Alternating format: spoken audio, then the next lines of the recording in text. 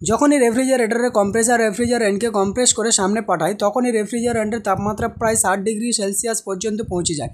তবুও রেফ্রিজারেটরের ভিতরে কীভাবে বরফ জমে চলুন জেনে নিই। সাধারণত ফ্রিজে রেসিপ্রোকেটিং কম্প্রেসার থাকে, যাকে ফ্রিজের হার্ট বলা হয়। রেফ্রিজারেশনের জন্য সাধারণত ফ্রিয়ন R134a রেফ্রিজারেন্ট গ্যাস ব্যবহার করা হয়। প্রথমে এই গ্যাসকে কম্প্রেসারের সাহায্যে কম্প্রেস করা হয়, যার ফলে এটি 60 ডিগ্রি থেকে 90 ডিগ্রি সেলসিয়াস পর্যন্ত গরম হয়ে যায়। এরপর এই গরম রেফ্রিজারেন্ট কন্ডেন্সারে যায়। কন্ডেন্সার পরিবেশের সাথে হিট এক্সচেঞ্জ হওয়ার কারণে রেফ্রিজারেন্ট প্রায় 40 ডিগ্রি সেলসিয়াস পর্যন্ত ঠান্ডা হয়ে যায় এবং এটি লিকুইডে রূপান্তরিত হয়ে যায়। তারপর রেফ্রিজারেন্ট ক্যাপিলারি টিউবে প্রবেশ করে।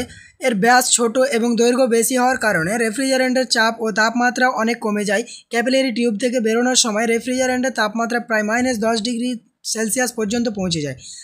তারপরে রেফ্রিজারেন্ট ফ্রিজের ভিতরে থাকা ইভাপোরেটর কয়েলে পৌঁছে যায়। এখানে ঠান্ডা রেফ্রিজারেন্ট ফ্রিজের ভিতরে তাপ শোষণ করে নেয় এবং ফ্রিজকে ঠান্ডা করে, কারণ তাপ সর্বদা গরম বস্তু থেকে ঠান্ডা বস্তুর দিকে প্রবাহিত হয়।